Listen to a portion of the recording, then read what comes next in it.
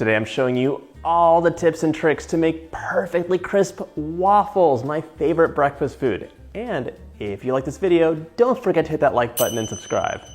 Hey, you're watching Preppy Kitchen, where I, John Cannell, teach you how to make delicious homemade dishes to share with your family and friends. These waffles will be ready before you know it, so let's get started.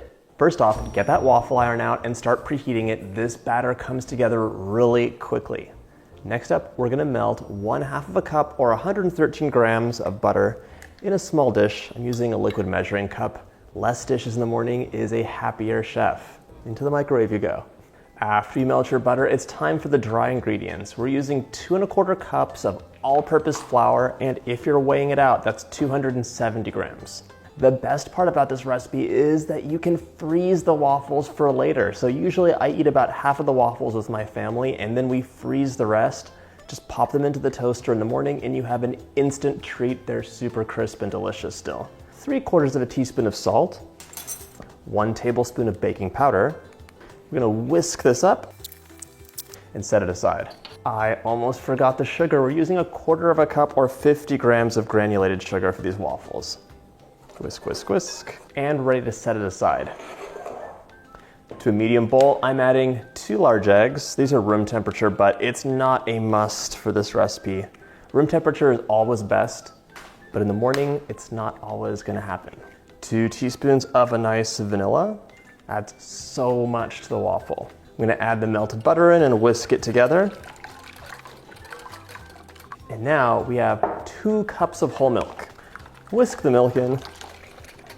And in case you're wondering, the order really didn't matter. I just wanted to reuse my measuring cup. We're ready to add the wet to the dry, so let's pour that in. Whisk until it's just combined. You don't want to overmix your batter. Our batter's mixed up. It's time to make some waffles. When your waffle iron is preheated, you're ready to go. Mine has a timer with settings, so I like to have it just on medium. We're gonna add about 1/3 cup of batter to each waffle. This totally depends on your type of waffle maker though, so check your instructions. If you have a large Belgian style waffle maker, it's gonna be much more batter.